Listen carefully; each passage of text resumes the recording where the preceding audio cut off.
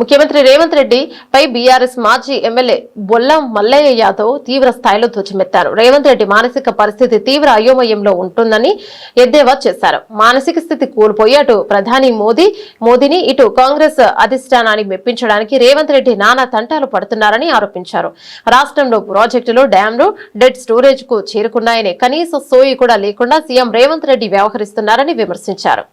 ఈరోజు రేవంత్ రెడ్డి గారు ఈ రాష్ట్రాన్ని నడిపించే ముఖ్యమంత్రి మానసిక పరిస్థితి ఎట్లుందో అర్థం కాని అయోమయ పరిస్థితులలో ఉంది.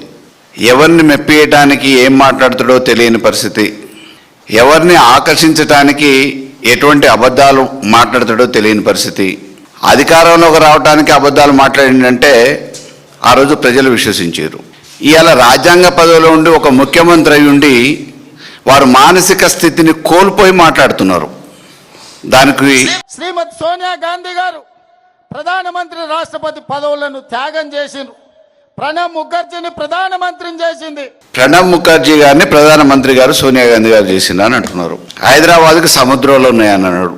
బాక్రా నంగలు ఇటువంటి అన్ని రకరకాలుగా దేవాలయాలు ఏడుందో తెలియదు, ఇంకోటి ఏడుందో తెలియదు. ఇరిగేషన్ రివ్యూ మీటింగులలో ఇంజనీర్లను అడిగే దుస్థితిలో ముఖ్యమంత్రి గారు ఉన్నారు.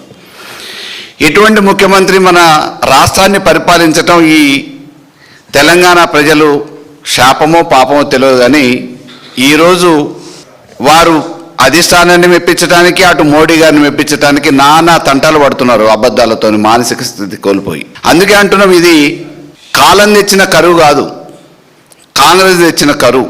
వారి అలసత్వం, వారి మొద్దు నిద్ర, కాంగ్రెస్ పాపం ఖరీదు ఏంది అని అంటే తెలంగాణ ఎడారిని తలపించే విధంగా మారుతూ ఉంది.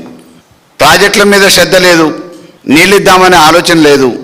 వేదికల మీద ఉపన్యాసాలు ప్రజాధనంతో ప్రభుత్వ కార్యక్రమాలని చెప్పేసి పెట్టి ప్రతిపక్షాలని విమర్శించడానికి వాడుకుంటున్నారు తప్ప ఈ కరువు గురించి వివరిద్దాం, రైతుల్ని చైతన్యవంతం చేద్దాం, రైతులకు ఉపయోగపడే రేపటి భవిష్యత్తులో జరగబోయే ప్రమాదాన్ని అరికట్టడానికి సూచనలు ఇద్దాం, అధికారులను అప్రమత్తం చేద్దామనే ఆలోచన ముమ్మాటికి ఎక్కడ అవపడలే.